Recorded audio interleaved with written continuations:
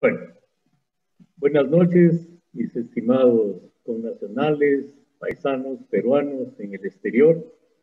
Quien les habla es David Guzmán, yo soy el cónsul honorario aquí del Perú en Belo Horizonte, en Minas Gerais, Brasil.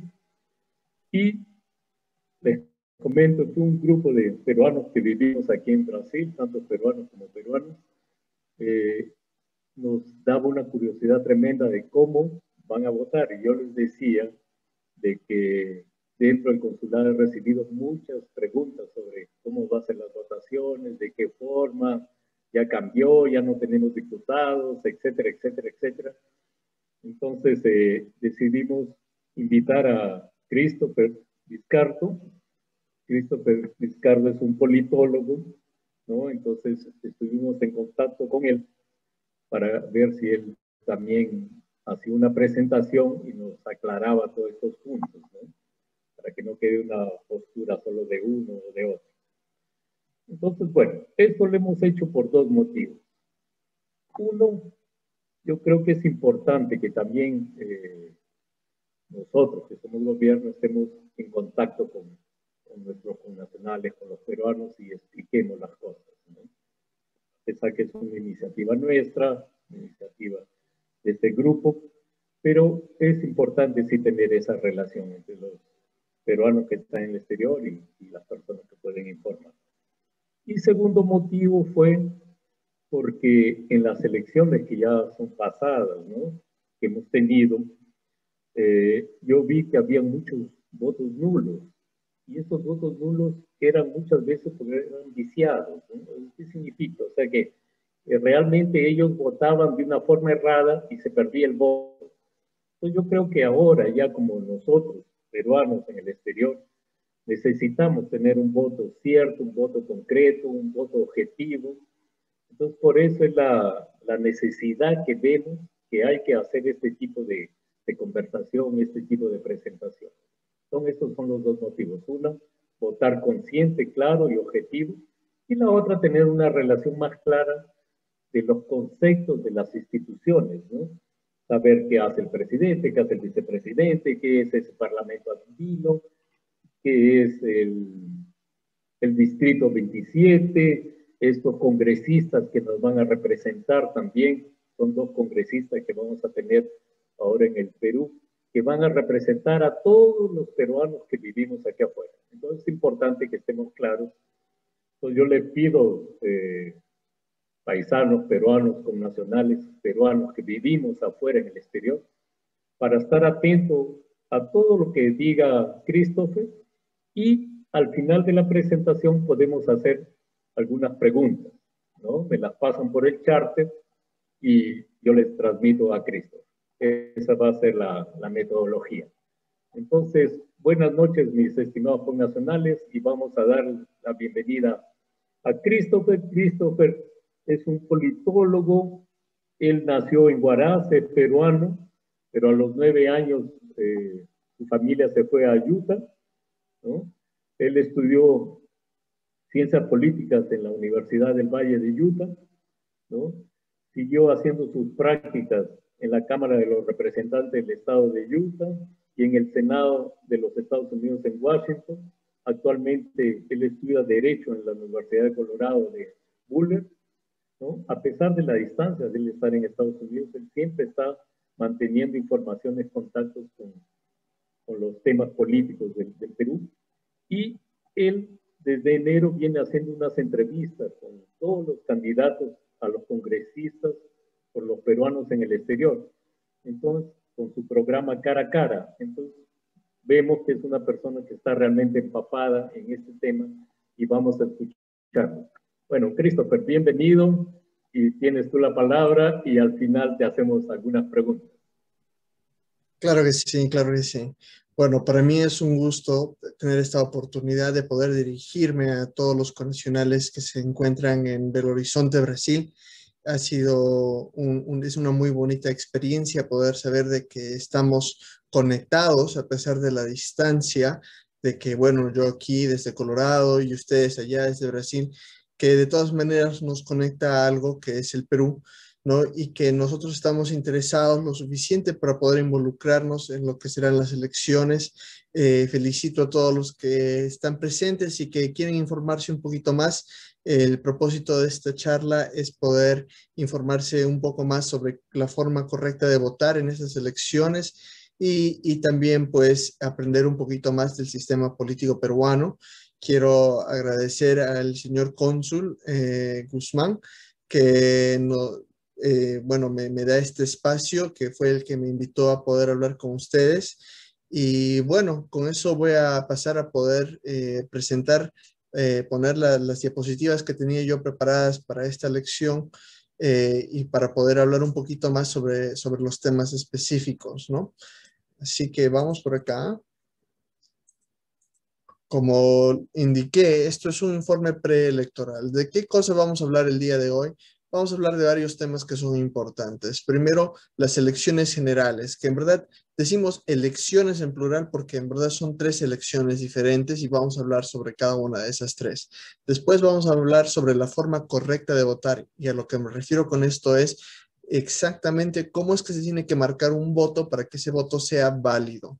Después vamos a hablar de cómo es que se cuentan los votos. Seguramente han escuchado de algo que se le dice la valla electoral, o también han escuchado de la cifra repartidora. El Perú tiene un sistema proporcional en el Congreso y en el Parlamento andino, entonces vamos a hablar un poquito de cómo funciona todo eso. Y después vamos a tratar algunos de los temas que son importantes para la ciudadanía, o sea, los temas que se están discutiendo en estos momentos en campaña, que se están hablando en en las diferentes campañas y entre los diferentes candidatos, que son temas que les recomiendo que ustedes tengan presentes a la hora de que vayan a escoger a un partido y también vayan a escoger a un congresista dentro de ese partido a la hora de votar, ¿no? Entonces, comencemos por la primera parte, las elecciones generales. Como decía yo, en verdad son 3 elecciones distintas. Elecciones presidenciales, que son un presidente y 2 vicepresidentes. Elecciones congresales, que son 130 congresistas divididos en 27 grupos electorales, 27 circunscripciones, de la cual nosotros como peruanos en el extranjero somos la número 27 a partir de este año. Antes nosotros votábamos con los de Lima y ahora se nos ha dado un grupo específico, 2 congresistas que solo nos van a representar a nosotros. Y bueno, también las elecciones al Parlamento andino, que no son muy comentadas, ¿no? Como que son un poquito la más olvidada de las 3, pero que también son muy importantes, que van a aparecer en nuestra boleta electoral, en la cédula, y es importante que estemos informados cuál es más o menos su función para poder ejercer un voto informado. Entonces, ellos son 5 parlamentarios y 10 accesitarios los que vamos a estar escogiendo en estas elecciones del 2021 de abril. Y bueno, todos estos representantes van a servir por un periodo de 5 años, ¿no? Comenzando el 28 de julio del 2021. Entonces, comenzamos con lo que es las elecciones presidenciales, ¿verdad? En las elecciones presidenciales, como mencioné, vamos a escoger a un presidente y 2 vicepresidentes. Es muy importante, yo les recomiendo mucho, de que no solo vean quién es el candidato presidencial, también es importante que veamos quiénes son los 2 que lo acompañan, ¿no? Como parte de ese grupo de 3 que van a ser los vicepresidentes. ¿Por qué? Porque, por ejemplo, en estos últimos 5 años que hemos vivido un caos político, por decirlo así, en nuestro país. Ha habido cierre del Congreso, ha habido vacancia presidencial, y bueno, en algún momento prácticamente a los 2 vicepresidentes que fueron elegidos en el 2016 les tocó tomar roles importantes desde el Congreso y también desde el Ejecutivo, ¿no? Entonces, nosotros tal vez cuando votamos en el 2016 no nos imaginamos de que íbamos a estar considerando que un vicepresidente, otro vicepresidente, el presidente del Congreso iban a terminar siendo presidentes, pero pues fue así, ¿no? Se dieron las cosas dentro del Congreso y dentro de la política peruana que esto fue así. Entonces yo les recomendaría mucho de que ustedes vayan a ver quiénes son estos candidatos vicepresidenciales, porque hay una buena posibilidad o hay una posibilidad que existe de que una de esas personas más adelante le toque ser presidente. Entonces tenemos que ver cuáles son sus capacidades de liderazgo, cuál es su hoja de vida, qué tan bien se desarrolla en el ámbito político y cuáles son sus estudios, ¿no? Algunas cosas interesantes que nosotros tenemos que tener en cuenta. Así que no se queden nada más con lo que es el presidente, pero también les recomiendo de que ustedes chequeen todo lo que tiene que ver con los dos vicepresidentes. Ahora, al presidente se le escoge con 50% de los votos válidos. Según la Constitución, el que gane 50% más uno será declarado el presidente sin necesidad de segunda vuelta. Ahora, esto no ha pasado en el Perú, o bueno, hace muchos años, ¿no? Que no ha pasado que un candidato ha salido escogido en primera vuelta con más del 50% de los votos. Casi siempre lo que sucede es de que del grupo de, bueno, más o menos 15 candidatos que se lanzan a la presidencia, siempre terminan dos o tres que son los que tienen los mayores porcentajes o que se le dicen punteros, ¿no? De la elección.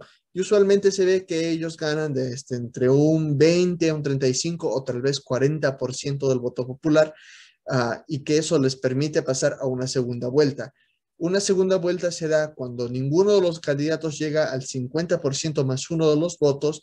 Entonces se coge a los dos candidatos que tengan los porcentajes mayores de todos, ¿verdad? Y esos dos candidatos avanzan a una segunda elección que se da 60 días después de declararse los resultados de la primera. En este caso estamos hablando que seguramente nos tocaría ir a votar seguramente la primera semana de junio, segunda semana de junio, por ahí, dependiendo de cuánto tome contar los votos, ¿no?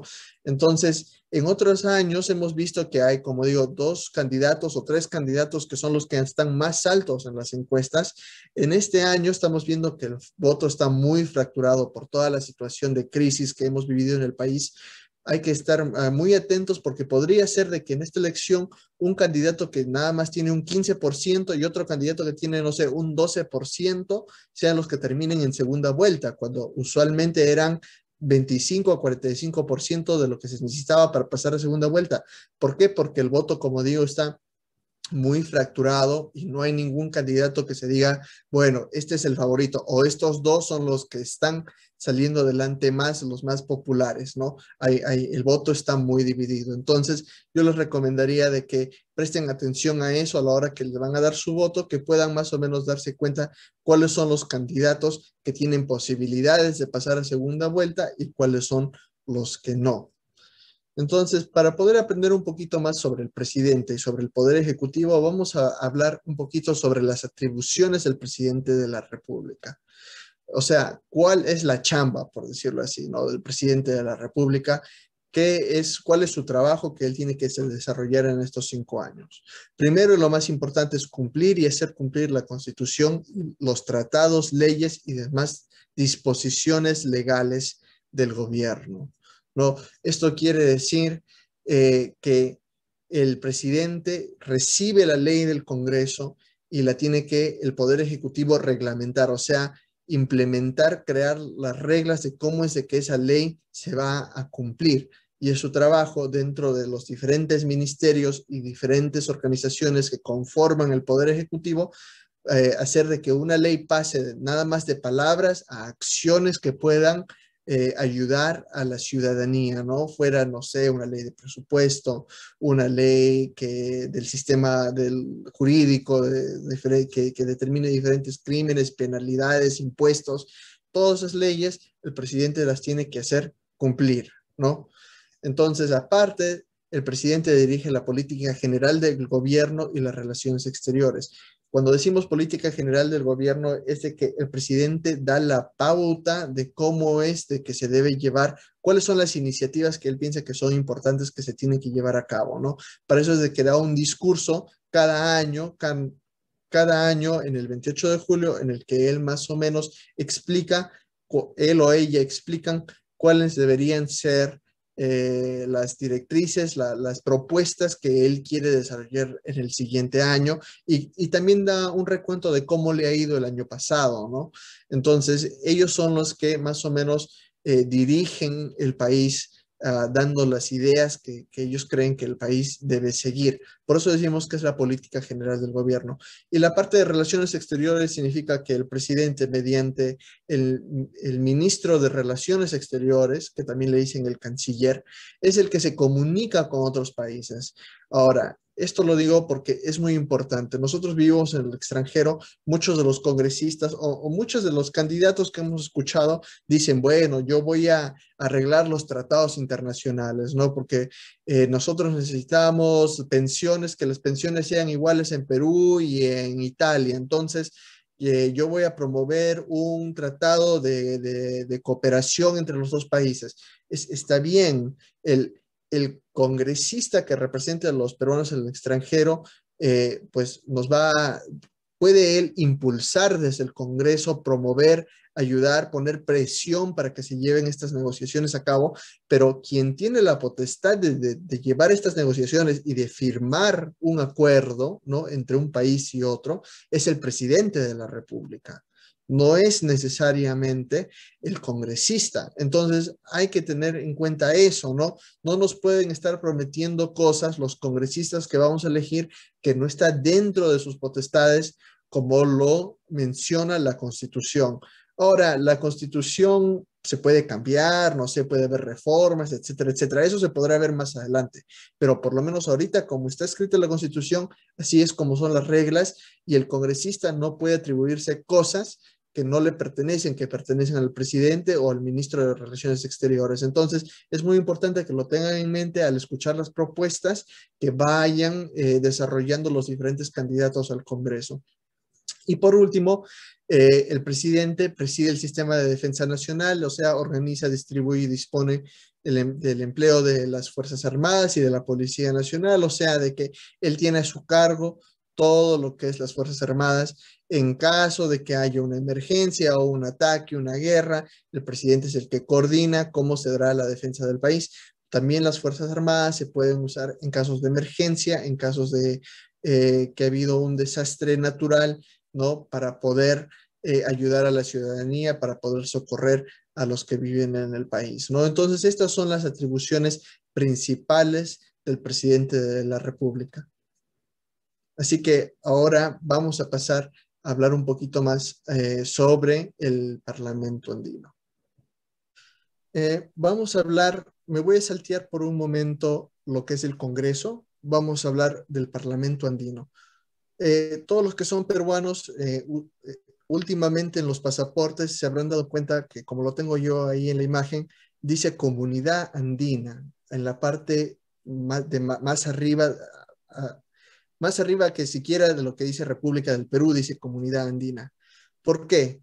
Porque la Comunidad Andina es un órgano supranacional, o sea que es una unión de países que uno de alguna forma lo podría comparar a la Unión Europea, ¿no? Donde la Unión Europea y los países que la conforman tienen ciertas atribuciones que les permiten a ellos viajar y trabajar y vivir en diferentes países. Si uno es español, puede con tranquilidad vivir en Francia. Si uno es francés, puede trabajar, no sé, en Alemania. Entonces, la Comunidad Andina es una especie de unión para Sudamérica, ¿no? Especialmente para los países que somos parte de la cordillera de los Andes, ¿no? Incluyendo Chile, Perú, Ecuador, Bolivia, Colombia, y bueno, hasta hace un tiempo también Venezuela fue parte de esta unión, ¿no? Entonces, los beneficios que tenemos, por ejemplo, de ser parte de la Comunidad Andina, es de que uno que es peruano puede viajar a Colombia o puede viajar a Ecuador sin necesidad de ningún visado, de ningún pasaporte, nada más con el DNI, uno muestra su DNI en el aeropuerto o en la frontera y lo dejan entrar como si uno fuera un ciudadano más, ¿no? Entonces ese es uno de los beneficios. Ahora, parte de esta Comunidad Andina es el Parlamento Andino, que es como el Congreso de esta unión. Ahora, el propósito de este Congreso es la integración de todos los países de la región. O sea, cada uno de nuestros países tiene leyes diferentes, ¿no? Por ejemplo, si uno roba en Perú, le pueden dar, no sé, una pena de 5 años, pero tal vez si uno roba en Ecuador es una pena de solo 4 años, ¿no? Entonces, a pesar de ser, por decir, el mismo crimen, ¿no? Hay penas diferentes porque son países diferentes.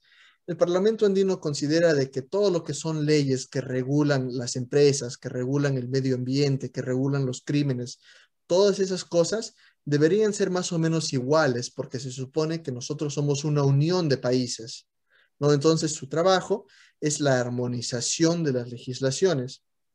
Entonces, desde el 2006, nosotros como peruanos elegimos a 5 parlamentarios, 5 congresistas que están encargados ellos de ir a representarnos en este Parlamento andino.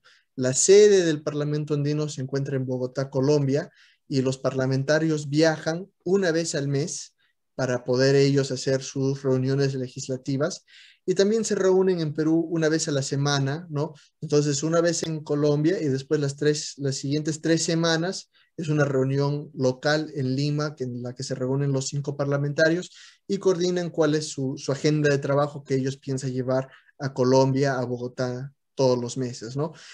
No muchos han escuchado de su trabajo y de qué es lo que se trata el Parlamento andino, así que es siempre bueno poder recargarlo para que ustedes puedan estar informados a la hora de votar.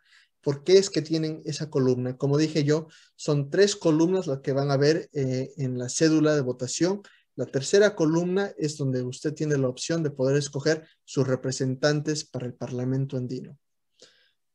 Ahora, lo que ellos promueven son estos libritos que tengo yo una imagen aquí, se llaman marcos normativos, ¿no? Entonces ellos se reúnen, hablan, dialogan y ellos crean un marco, crean una ley, pero la ley que ellos crean no tiene el poder de ley dentro del Perú. O sea, que ellos arman una propuesta, pero que esa propuesta no es vinculante, o sea, no quiere decir de que sí o sí los peruanos la tienen que cumplir, sino que es una sugerencia de cómo debería ser de que se estandarice esa ley en todos los países. Entonces ellos llevan esa sugerencia a Perú, pero al mismo tiempo el Parlamento andino está llevando esa sugerencia a Colombia, está llevando esa sugerencia a Bolivia, está llevando esa sugerencia a Chile, y ya depende de cada país si ellos piensan que es una buena idea adoptarla con el propósito de que las leyes sean más o menos parejas en todos los países del Parlamento andino. Como tal, como su trabajo no es vinculante, como su trabajo es de organizar las leyes, ¿no? Ha habido mucha crítica, ¿no? Si es que los parlamentarios deberían ser elegidos primero directamente por el pueblo, ¿no? Por ejemplo, en Chile, los 5 representantes chilenos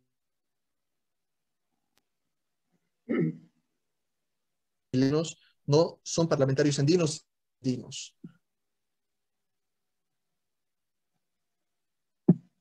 ¿no? Entonces, ¿me escuchan? Christopher, se está yendo la señal. Se está yendo la señal, ¿me escuchan? Sí, Ahora sí. sí. Sí. Repite la última parte. Ok. Por favor. Claro, seguimos desde ahí. Y voy a poner otra vez la diapositiva. A ver.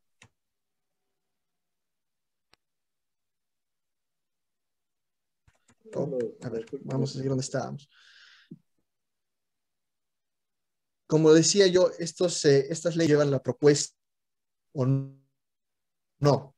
Como tal, su labor ha sido un poquito controversial porque dicen, especialmente en Perú, los 5 parlamentarios andinos tienen el mismo presupuesto, los mismos beneficios que los congresistas, tienen también lo que le dicen la inmunidad parlamentaria, como si ellos fueran congresistas, ¿verdad? Pero ellos no están en el Congreso, sino que están haciendo esta labor en Bogotá, Colombia.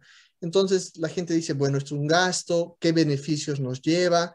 Y es algo que se ha discutido ya hace un tiempo en Perú y que es importante tenerlo en cuenta a la hora que nosotros vamos a votar para escogernos si es que nosotros de alguna forma queremos que estos parlamentarios sigan o también si debería tal vez nuestro sistema ser un poquito más como el que tienen en Chile, en el que los congresistas hacen la doble función de ser al mismo tiempo congresistas y al mismo tiempo parlamentario andinos. Para poder aprender un poquito más sobre esto, tengo yo un corto video de un reporte periodístico que se hizo hace un tiempo sobre los parlamentarios andinos.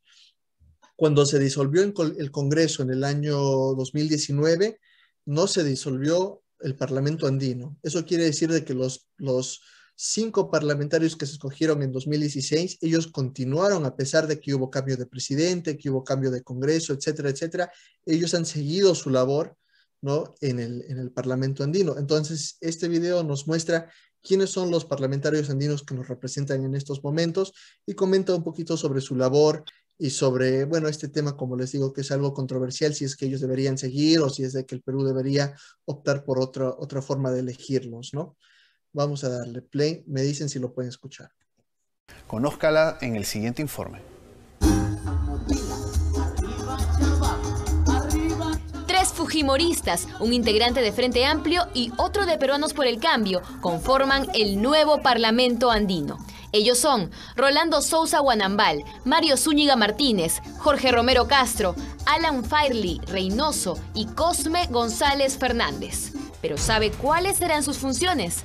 El expresidente del Parlamento andino saliente, Javier Reátegui Rosselló, explica. Lo que nosotros hacemos es ir creando corriente de opinión. ¿Con qué fin? Con el fin de hacer una unidad económica, no solamente en la parte de comercio económico, sino también la movilidad humana. Tienen una misión integradora de naciones. Está conformada por 5 países: Perú, Bolivia, Chile, Ecuador y Colombia. La sede de reuniones está en Bogotá y hasta allá tienen que viajar una vez al mes todos los integrantes del Parlamento andino, exceptuando febrero y agosto, que están de vacaciones. Así como en el Congreso, cada parlamentario andino tiene 5 asesores, pero hay una diferencia. Lo que los congresistas acuerden es una ley que aprueban para su país. Es decir, el acuerdo que ustedes tomen no es obligatorio de cumplir. Así es. Igual que lo de la OEA, igual que lo de las Naciones Unidas.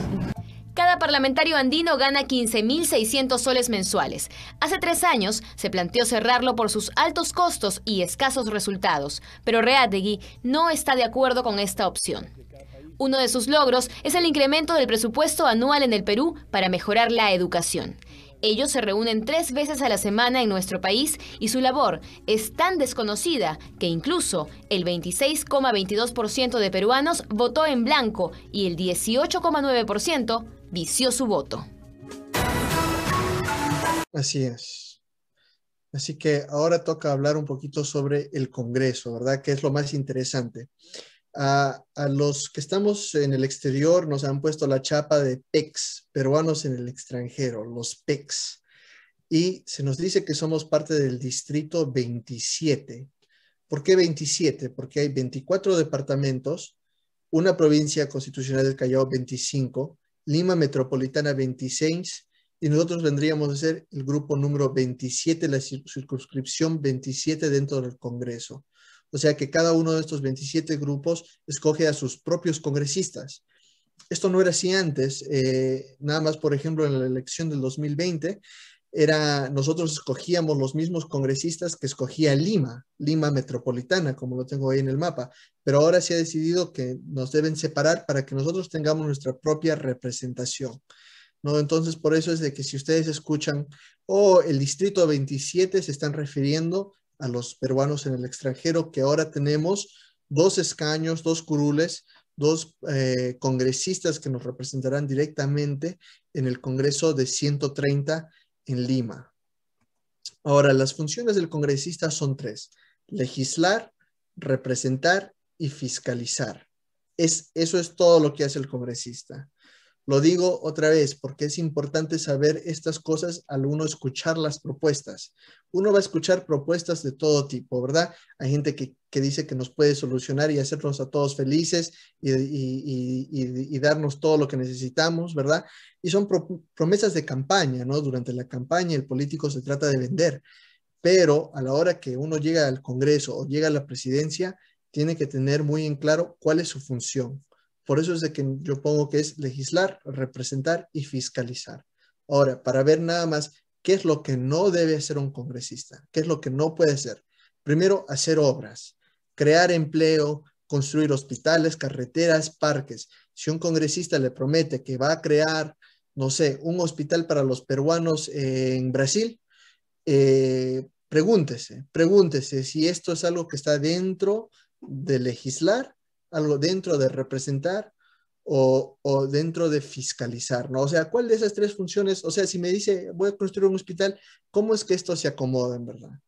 El congresista tampoco ejecuta presupuesto, no puede prometer dinero, por decirlo así. El Congreso aprueba el presupuesto, un presupuesto que lo elabora el Ejecutivo. El Ejecutivo más o menos hace los cálculos por medio del Ministerio de Economía y Finanzas, y el Ejecutivo es el que da al Congreso, bueno, este es el plan de gobierno, es lo que pensamos nosotros hacer, cómo se va a dividir la plata en los diferentes ministerios, en las diferentes obras sociales.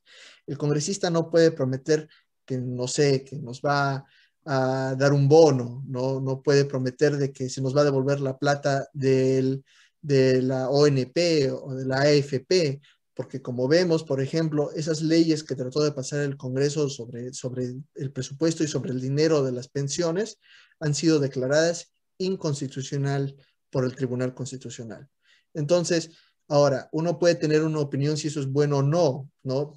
Puede que se tenga que cambiar la Constitución, muchos han dicho que debe haber reformas, eso ya está dentro de cada uno, pero por lo menos en el marco actual de la Constitución, el congresista no puede prometer esas cosas. Como mencioné hace un momento, el congresista no puede ser un embajador.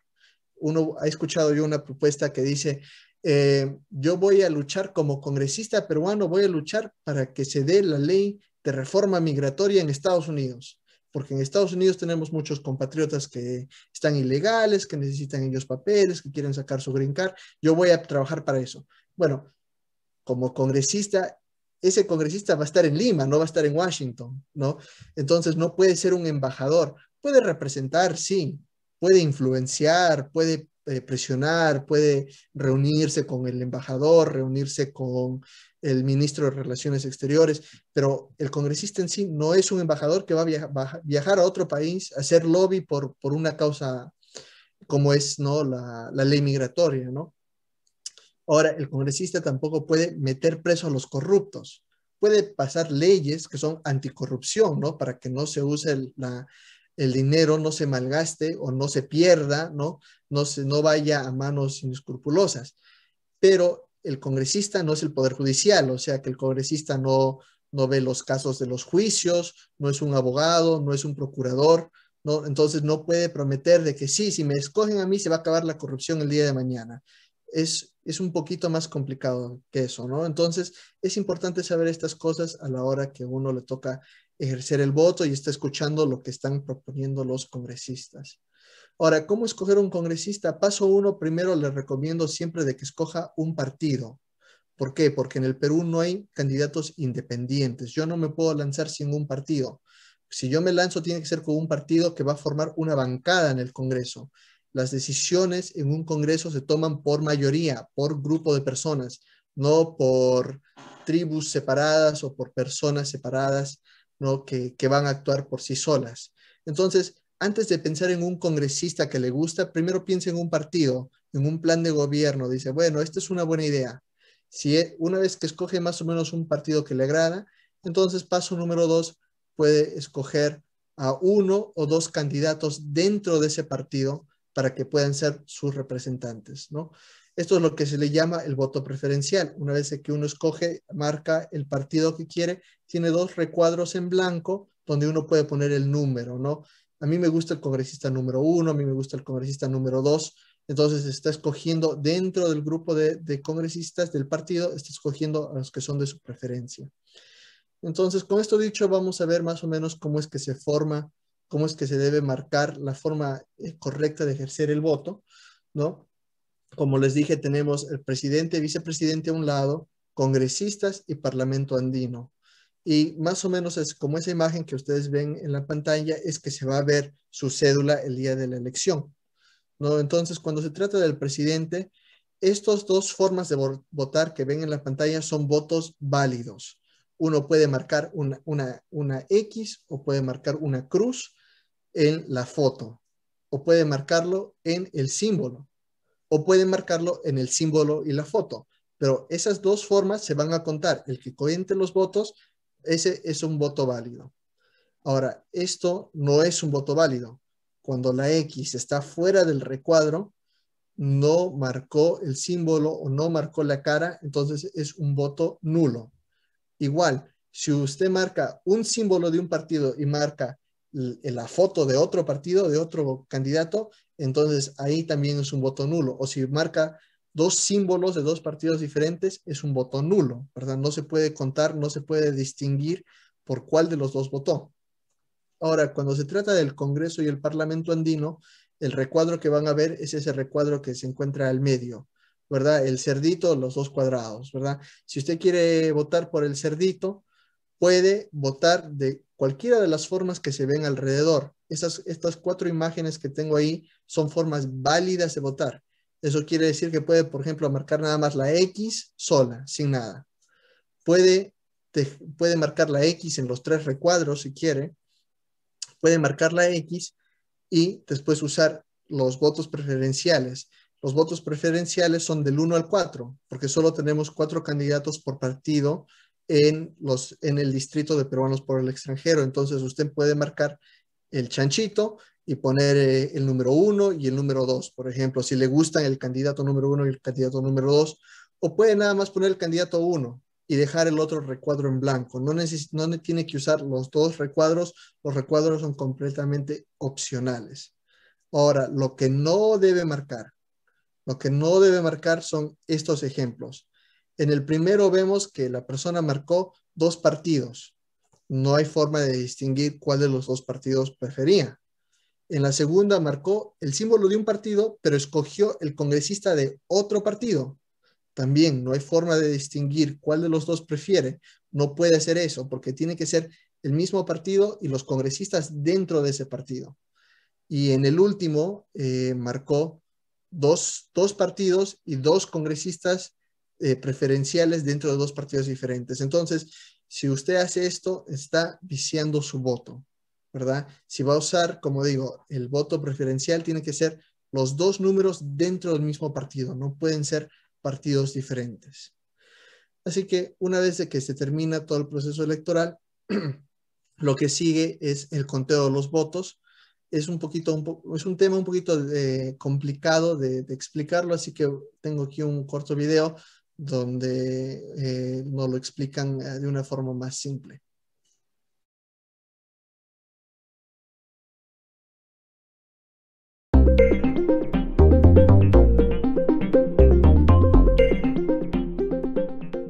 Mucho se habla sobre la cifra repartidora y poco se conoce de ella. La historia se remonta al siglo XIX, cuando luego del resultado de la elección se otorgaba los escaños al partido que había obtenido más votos. La operación era muy simple. Quien ganaba se llevaba todos los escaños en disputa. Sin embargo, si se quería distribuir escaños en proporción a los votos obtenidos, se enfrentaba a un problema, pues el resultado produce cifras que no permiten distribuir fracciones de escaños. Eso obligó a aplicar fórmulas matemáticas simples para que la distribución de escaños sea posible. Una de varias fórmulas es el llamado método D'Hondt, que en América Latina se conoce como cifra repartidora.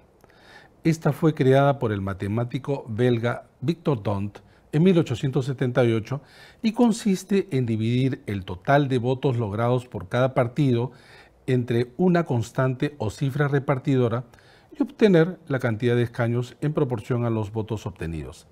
Esta fórmula se utiliza en el Perú desde 1963. Esto lo podemos ilustrar con un ejemplo. Supongamos que en un departamento se disputan 8 escaños y han pasado la barrera legal o valla electoral 4 partidos políticos, A, B, C y D. Y entre todos, dejando de lado los votos nulos y blancos, suman 100.000 votos válidos. Supongamos además que el resultado es el siguiente.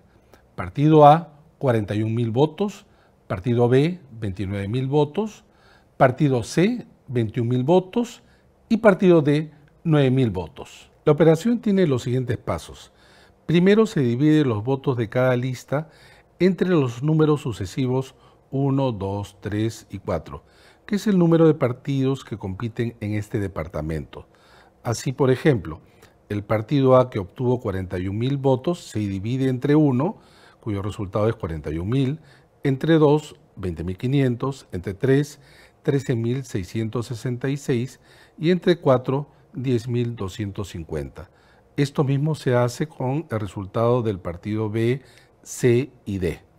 Seguidamente, se ordenan todos los resultados de mayor a menor. Debemos ubicar en este caso el octavo resultado, pues en nuestro ejemplo se trata de 8 escaños en disputa. Así, tenemos 41.000, 29.000, 21.000, 20.500, 14.500, 13.666, 10.500 y 10.250. La cifra que ocupa el octavo lugar, 10.250, es entonces la cifra repartidora.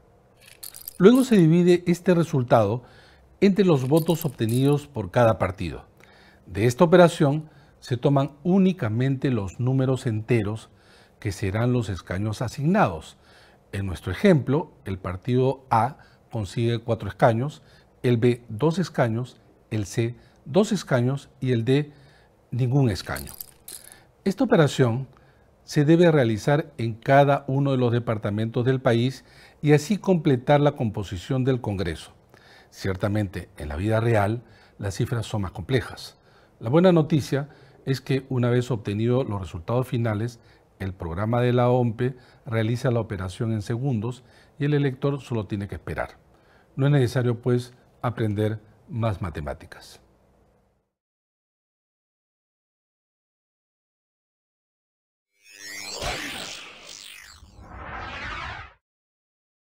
Lo bueno es de que no es necesario aprender más matemáticas. Yo sé que es un poquito complicado el tema de cómo se dividen, pero lo que trata de hacer el sistema es de que sea una forma proporcional y justa, ¿no?, de dividir los votos obtenidos por los diferentes partidos. Nada más, una cosa más aquí es de que la OMPE está recomendando ciertos horarios para votar, porque estamos en pandemia y no es bueno de que todos nos aglomeremos a la misma hora para ir a votar. Entonces, en la mañanita se está pidiendo que vayan a votar de 7 a 9, adultos mayores, mujeres embarazadas, personas con discapacidad y de riesgo, y después, según el último dígito del DNI, se le recomienda esa hora para que usted vaya a votar. Por ejemplo, si mi dígito es el 4, entonces sería del mediodía a la 1 p.m. Eso no quiere decir de que uno está obligado a ir a esa hora, sino que es una hora recomendada para poder espaciar a la ciudadanía. Ahora, entiendo que en Belo Horizonte son más o menos 200, 300 peruanos los que van a votar. Yo creo que seguramente se van a organizar muy bien, ¿no? Vamos a seguir los protocolos de seguridad que ha presentado la OMPE, usar la mascarilla, mantener el distanciamiento físico. Esas son cosas básicas que creo que ya nos hemos acostumbrado después de todos estos meses. Y importante llevar su lapicero azul. Sí, es mejor que lleve su propio lapicero para que no lo tenga que compartir con otras personas y no estar tocando objetos y esto que el otro, para poder mantenernos todos sanos y salvos. Si puede, no olvide llevar su lapicerito azul, ¿verdad?, en el bolsillo. Así que el último tema que tenemos para discutir es qué es lo que se está hablando en campaña, qué es más o menos lo que yo he escuchado que han estado proponiendo los candidatos. Primero, los consulados, las tasas consulares, ¿no? En Perú dicen que cuesta 70 soles sacar un pasaporte, mientras que aquí en Estados Unidos cuesta $70 y en Europa cuesta 70 euros, ¿verdad? Entonces, por ejemplo, para nuestros connacionales en la Argentina, que tienen una inflación muy alta en su país, pues $70 es un número que todos los días sigue creciendo, ¿no?, por la inflación y que puede ser demasiado costoso. Imagínense una familia de 4, donde los 4 tienen que sacar pasaporte, pues ya es un gasto familiar considerable. Entonces, ¿se debería cambiar los costos? ¿Se debería reducir? ¿Cómo se debería manejar? Eso es algo que puede hacer un congresista por medio de una ley, ¿verdad?, para que lo tengan en cuenta. La atención que reciben los connacionales. Yo estoy seguro que en Belo Horizonte es una atención maravillosa la que reciben los connacionales, pero en otros consulados que son mucho más grandes, en donde hay una población peruana mucho más grande, hay quejas, a veces no te atienden los sábados y el que está trabajando solo tiene, por ejemplo, sábado disponible, ¿no? se deberían cambiar los horarios de atención. Son cosas que un congresista las puede proponer, que las puede discutir, ¿verdad?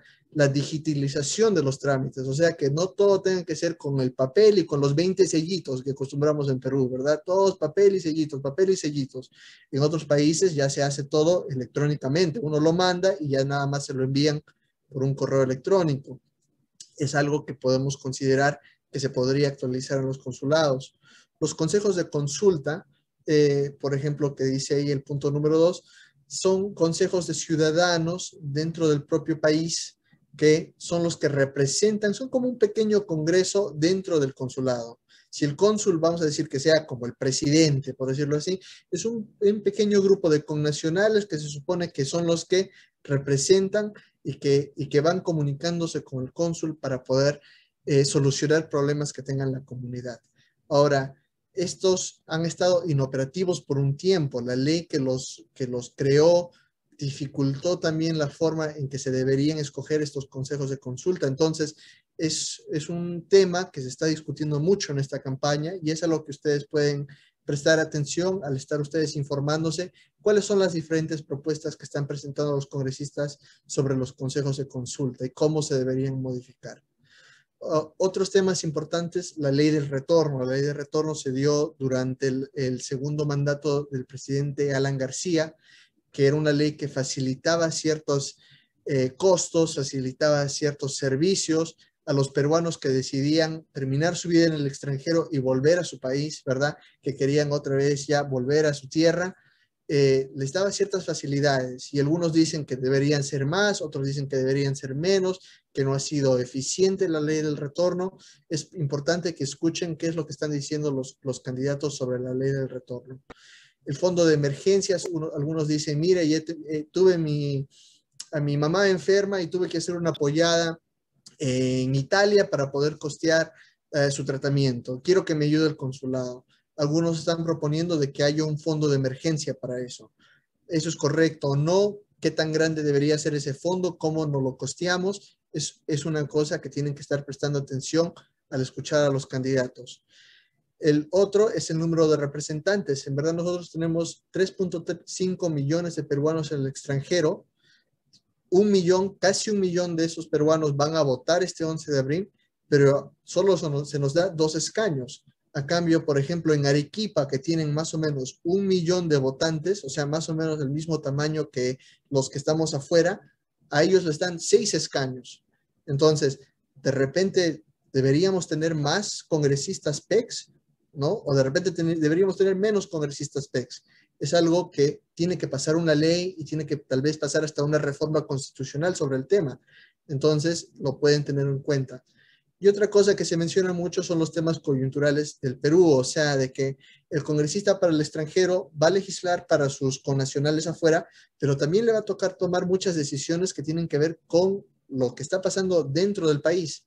Entonces, hay que notar de que hay que buscar de que esa persona que nos vaya a representar conozca sobre los temas que están sucediendo dentro del país, no solo lo que está sucediendo afuera, para que pueda también ejercer un voto dentro del Congreso que esté acorde con lo que quiere la ciudadanía. Y bueno, después de hablar, ya se me está yendo la voz, más o menos esta es la presentación que tenemos. Yo le voy a devolver la palabra al señor David y estoy dispuesto a poder responder cualquier pregunta que ustedes tengan. Perfecto. Christopher, realmente te agradecemos una buena exposición, nos has dejado para todos varias inquietudes y al mismo tiempo también una gran claridad de cosas. Te voy a leer algunas preguntas que me están mandando para ver cómo vamos sacando, ¿no? Pregunta Giseli, dice, ¿existe alguna iniciativa tanto del Parlamento Andino o del Distrito 27 registrar quien ya se haya vacunado en el pasaporte? Yo supongo que se refiere a la vacuna COVID, ¿verdad? Si ese es el caso, hasta ahora no he visto nada. O sea, se ha rumoreado en muchos lugares del mundo que dicen, bueno, si uno no está vacunado no lo van a dejar entrar o salir del país. Por lo menos son rumores hasta ahora. No hay nada concreto que diga que sí va a ser así o que no va a ser así. y eso pues lo tiene que decidir el próximo Congreso, ¿no? Que le toca entrar. Sí, igual que la fiebre amarilla que va en el pasaporte, imagino que va a llegar a ese nivel, ¿no? Podría Pero ser. un poco. Otra persona nos dice aquí, ¿cuántos peruanos somos en el exterior? ¿Cuál es la proporción electoral? Creo que tú lo has comentado, pero es bueno aclarar. Claro. Los cálculos que se tienen son como 3.5 millones de peruanos. Todo el país de Uruguay tiene 3.5 millones, entonces somos un grupo bastante grande, podríamos ser todo un país, pero desafortunadamente también muchas veces, como se dificulta el trámite de inscribir a los niños nacidos en el extranjero, no se tiene con certeza un número exacto. Puede que, por ejemplo, también una persona mayor peruana falleció en el extranjero y nunca lo declararon en el consulado. Entonces, no tenemos un número exacto. El censo peruano no nos llega a nosotros, pero más o menos es lo que se calcula. Lo que sí tenemos exacto son el número de votantes, o sea, los que tienen un DNI válido, que piensan votar, que están inscritos con la RENIEC. Eso sí es casi 1 millón, son casi 1 millón de personas. Lo que quiere decir, como dije yo durante la presentación, es de que, por ejemplo, La Libertad o Arequipa, departamentos del Perú, que más o menos tienen el mismo porcentaje de población, ¿no? Entonces, deberían darnos más escaños, porque solo nos dieron 2, ¿no?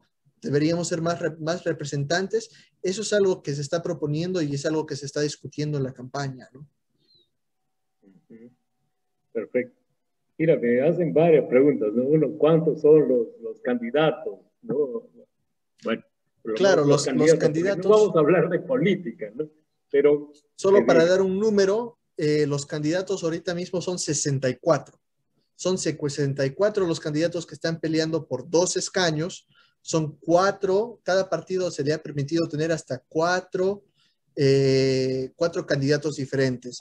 Yo hasta hoy día he entrevistado aproximadamente 40, así que voy a tirar mi cherry. Si quieren conocer a los candidatos, pueden ver las entrevistas que he estado realizando yo en mi canal de Facebook para que se vayan enterando quiénes son. Hay una pregunta también, ¿quién no vota tendrá multa? Esa es una pregunta muy importante. Los que estamos en el extranjero estamos excusados de la multa por votación, pero no la multa por ser miembro de mesa. O sea que si usted no vota, no pasa nada, ¿verdad? Entendemos que a veces las distancias son largas, a veces donde yo vivo pueden ser hasta 8 horas que uno tiene que viajar para votar. Entonces, por eso se excusa la multa. Pero si uno es miembro de mesa, ahí sí no le excusan la multa. Entonces, si uno es miembro de mesa, le toca ir el día de la votación a poder estar en la mesa, contar los votos y todo eso, ¿no? ¿Cuántos candidatos viven en el exterior, sabes? Claro, bueno, como le digo, de los que están en el exterior, los que están oficialmente en la lista son 64. Ahora, uno no tiene que vivir en el exterior para ser candidato por los escaños al exterior. Eso quiere decir que aproximadamente son como 20 los candidatos que viven en Perú, pero que ellos se sienten capaces de poder lanzarse a representar a los que vivimos en el exterior. Si uno quiere escoger uno de esos, pues también es una pregunta, ¿no? ¿Qué tanto ellos se relacionan con la vida que nosotros hemos vivido en el exterior? Pues eso es algo que cada uno tiene que más o menos pensar, ¿no? Bueno, me pregunta Alfredo, yo la voy a leer la pregunta, pero es un tema que creo que no cabe aquí porque vamos a entrar en un lado político, pero nos dice, considerando la reciente crisis política, sucesión de 4 presidentes, en un corto plazo acompañado de amplias movilizaciones sociales e inestabilidad económica, ¿con qué actitud y expectativa los ciudadanos electores encaran el proceso electoral en curso, según los estudios, encuestas realizadas?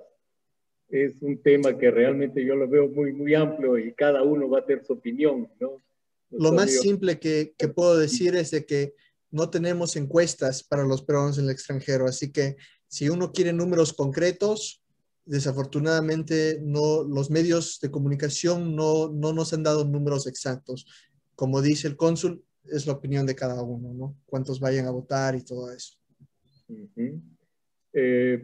Christopher, yo quería aprovechar y preguntarte tú que encuestas y preguntas a la gente, ¿no? ¿Qué ves de los peruanos en el exterior? Ellos Y yo creo que es importante que lo digas, ellos se sienten así participando en las elecciones, que yo veo que hay muchos votos nulos, de la cantidad de peruanos que son inscritos aparece una tercera parte, tenemos más de 1 millón de peruanos, pero votan casi 1 millón solamente.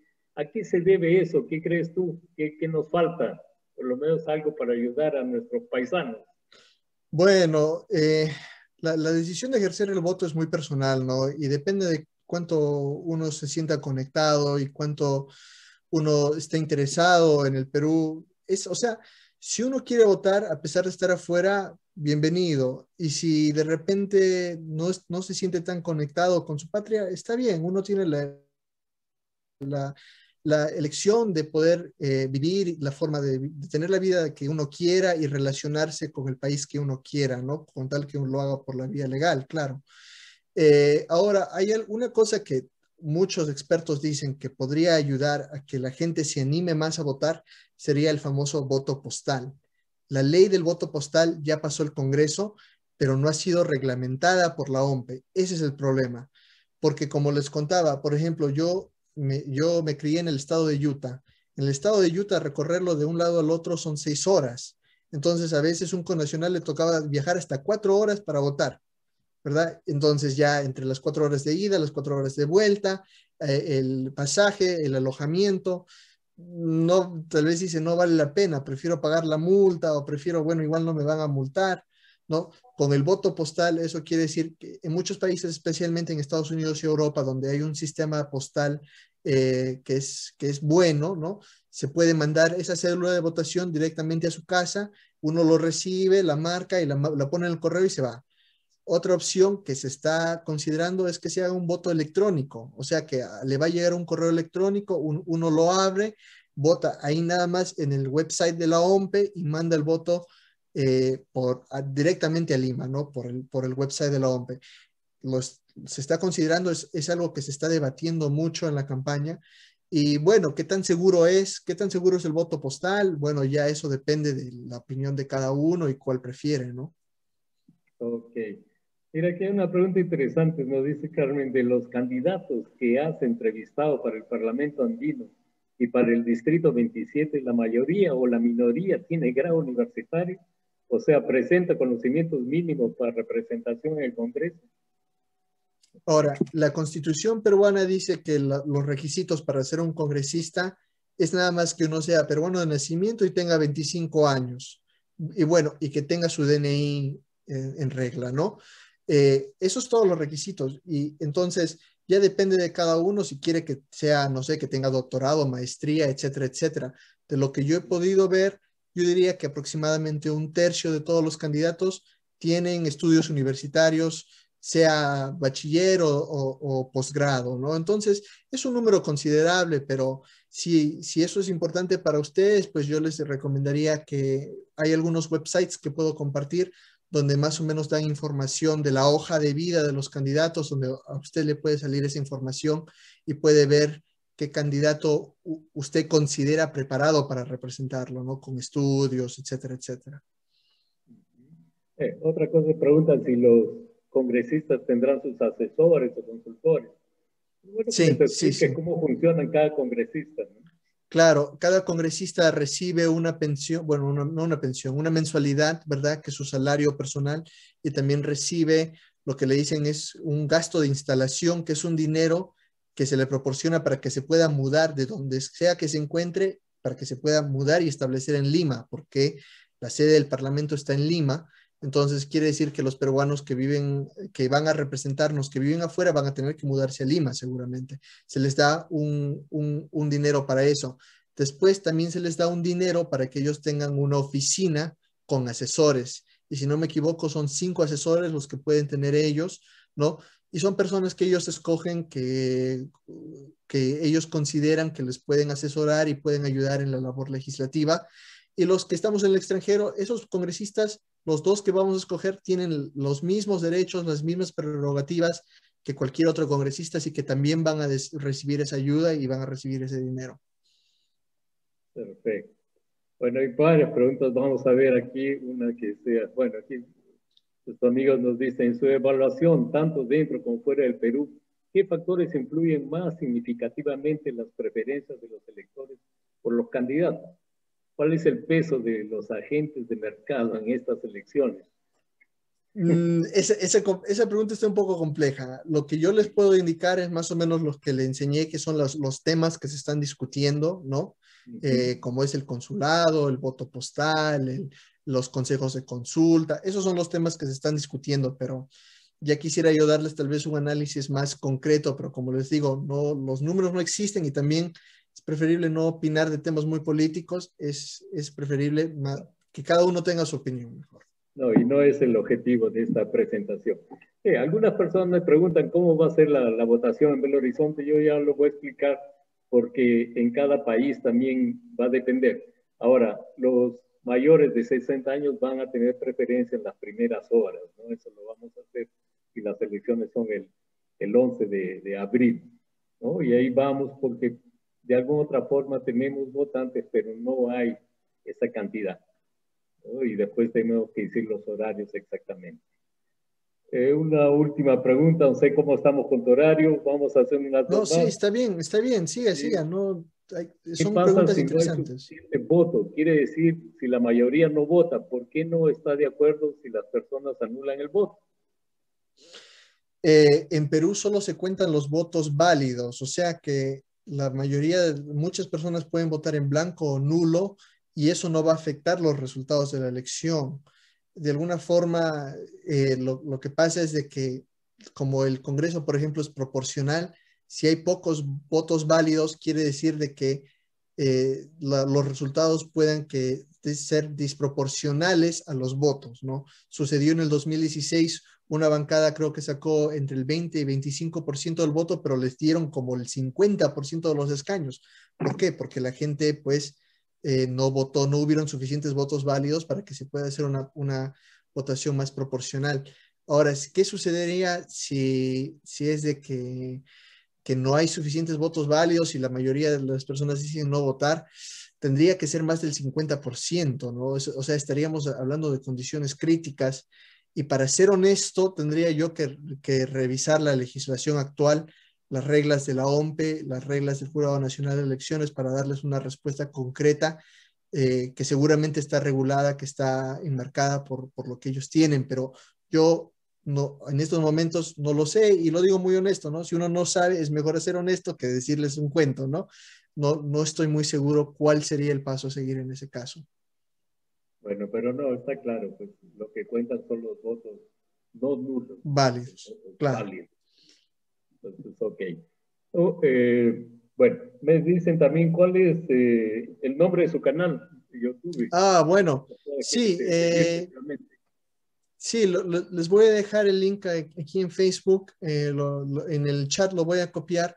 El nombre de mi canal es un poquito largo, es Cara a Cara Candidatos PEX, ¿verdad? Y desde enero que yo comencé a contactar a los candidatos y yo trato de hacer entrevistas de más o menos media hora porque estamos ocupados, ¿verdad? Tenemos cosas que hacer, muchos trabajan 2 trabajos, aquí en Estados Unidos la vida es muy ajetreada. Entonces, yo creo que media hora es hablar sólido, concreto, que nos cuenten exactamente qué es lo que piensan, qué es lo que quieren hacer, ¿no? Para poder informarnos, ¿no? Hay una pregunta más, nos dicen, ¿por qué tenemos que votar solo por 2 candidatos del mismo partido para el PEX? Bueno, primero porque solo tenemos 2, ¿verdad? En Lima, por ejemplo, que es una circunscripción muy grande, tienen hasta 33 candidatos, ¿no? Pero en el extranjero tenemos solo dos que nos van a representar. A pesar de que cada partido tiene 4 candidatos, al final del día solo 2 van a ser los escogidos. Ahora, es importante, es una forma de hacer el proceso un poquito más democrático, ¿no? Porque si no hubiera voto preferencial, entonces uno votaría por el partido, pero ya estaría dentro del partido escoger quiénes ellos creen que deberían ser los candidatos. Al darnos la opción de tener este voto preferencial, nosotros escogemos no solo el partido, pero también decimos dentro del partido quiénes nosotros consideramos que son los mejores, ¿no? Entonces, porque dentro de un partido también uno encuentra todo tipo de gente, ¿no? Entonces, yo prefiero que a mí me den esa opción a que el partido sea el que lo escoja, ¿no? Claro, pero me dice, ¿y por qué no votar por un preferencial de un partido y otro preferencial de otro partido? Oh, bueno, porque como le digo, el sistema electoral peruano es un sistema proporcional por partidos, ¿verdad? Sí, esta es una ley que si uno quiere, pues la podríamos cambiar el sistema electoral como se tiene, por ejemplo, en Estados Unidos, que uno escoge nada más a un congresista, ¿no? Y que cada estado escoge congresistas diferentes. Pero en el Perú creemos, la ley está hecha de cierta forma que nosotros creemos que lo más importante son los partidos, porque los partidos forman bloques, forman grupos que pueden negociar el uno con el otro y que pueden tomar decisiones, ¿verdad? Entonces, porque nosotros votamos por partidos, lo de los candidatos es casi secundario, ¿no? Nos dan una opción para escoger dentro del partido, pero lo más importante son esas bancadas, esos bloques que se forman en el Congreso. Y por eso mismo no puedes tener tú de dos partidos, ¿no? Sino de que te piden que escojas un partido específico que quieres que te represente a ti. No, aclarado. Se dice, ¿de quién fue la intención de elegir representantes del PEX? ¿De dónde viene eso? Eso ha sido un llamado de la ciudadanía desde hace muchos años. Ha habido grupos en el extranjero, en diferentes países, que hace mucho tiempo que han querido tener esta opción. ¿Por qué? Porque desafortunadamente, como lo decía yo, a veces el peruano se siente desconectado, va al consulado y de repente no recibe un buen tratamiento, no lo tratan bien. Uno quiere hacer un trámite y se demoran un mes y uno dice, ¿con quién me quejo? ¿Quién me representa a mí? ¿Quién pelea por mis intereses? ¿Verdad? Y bueno, decían, sí, los de Lima, pero los de Lima nos conocen a nosotros, ¿no? ¿Se les importa si somos un grupo tan chiquito en Lima, tantos millones de personas? Entonces fue una lucha, fue una iniciativa que ya se estaba discutiendo hace mucho tiempo y que yo creo que ha sido para bien, ¿no? Es una cosa buena que nosotros tengamos unos representantes independientes que solo se preocupen por nosotros, ¿no? Por cierto, estoy poniendo yo el link de mi canal de Facebook en el chat para todos los que quieran chequear mi canal. Perfecto. Christopher, bueno, te agradecemos, realmente ha sido una muy buena aclaración para todos los peruanos que vivimos en el exterior. Y yo creo que esta es una iniciativa que esperemos que continúe, porque de alguna otra forma yo me siento igual que todos nosotros que estamos aquí como buenos peruanos y queremos que cada día mejore más nuestra tierra, ¿no? Entonces tenemos mucha cosa por aportar y vamos a saber utilizar a estos congresistas de esa mejor forma, ¿no? Y habrá formas de empujar, de decir, de ayudar, de decir cómo que nosotros vivimos, qué novedades también hay. Yo creo muy particularmente que nosotros peruanos que vivimos en el exterior tenemos mucha cosa para aportar a nuestro Perú, porque tenemos una visión diferente de muchos de nuestros paisanos que viven en nuestra tierra. Realmente qué bueno, y cuando tengamos otra necesidad te vamos a llamar, Christopher, y tú también tienes a un amigo y alguien aquí en Brasil, en Belo Horizonte, y unos paisanos que también quieren hacer crecer nuestra tierra. Muchas gracias, Christopher, muchas gracias a todos los peruanos que nos han visto, ¿no? Y cualquier cosa las vamos a seguir aclarando, tienen el consulado ahí para cualquier duda que tengan, y siempre vamos a estar en contacto con Christopher. Muchas gracias, Claro que sí. estimados peruanos. ¿Alguna Muchas palabra para gracias. despedirte, Christopher? Sí, nada más, si tienen alguna otra pregunta, consulta, duda, si quieren hablar de candidatos, lo que sea, en mi página de Facebook está mi número de WhatsApp, está mi correo electrónico, yo estoy dispuesto a responder cualquier pregunta y si no la sé, les voy a decir honestamente que no lo sé y lo voy a investigar, ¿verdad? Porque no estoy aquí para mentirles, como digo, estoy dispuesto a ayudarlos para que ustedes puedan ejercer un voto informado y así también mejorar nuestro país, ¿no? Bueno, gracias y felicitaciones y gracias a todos los peruanos que han escuchado. Muchas gracias al grupo que ha tomado esta iniciativa. Gracias, Rodrigo, por ese apoyo también, el que está atrás de las cámaras. Bueno, buenas noches.